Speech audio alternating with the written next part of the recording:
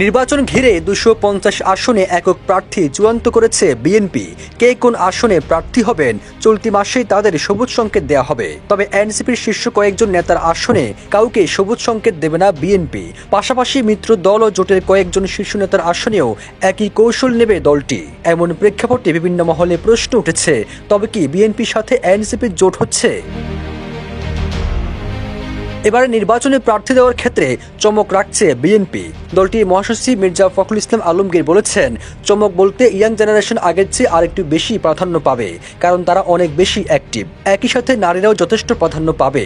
দলের পক্ষ থেকে ঢাকা ছাড়া সব বিভাগের মনোনয়ন প্রত্যাশীদের ডেকে এরই মধ্যে নির্বাচনের দিক নির্দেশনা দেওয়া হয়েছে। কয়েকদিনের মধ্যে ঢাকা বিভাগের আসন ভিত্তিক সম্ভাব্য প্রার্থীদের ডাকা হবে। একটি জাতীয় দৈনিকের এক প্রতিবেদনে এমন তথ্য উঠে আসে। বান্ডেল থাকলে প্রতি সেনমানিতে টাকা বাঁচবে। বিকাশ সেনমানি বান্ডেল কিনে জিতুন প্রতি লেনদেনে। এদিকে কয়েকটি আসনে ইতিমধ্যে দলে হাইকমান্ড থেকে একক প্রার্থীকে ফোন করে মাঠে কাজ করার নির্দেশনা দেওয়া হয়েছে।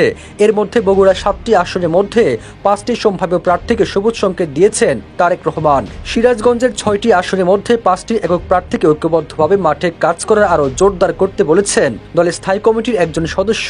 ধারণা করা হচ্ছে দলের সর্বোচ্চ হাইকমান্ডের নির্দেশনা পেয়েই স্থায়ী কমিটি ওই সদস্য এই বার্তা দিয়েছেন।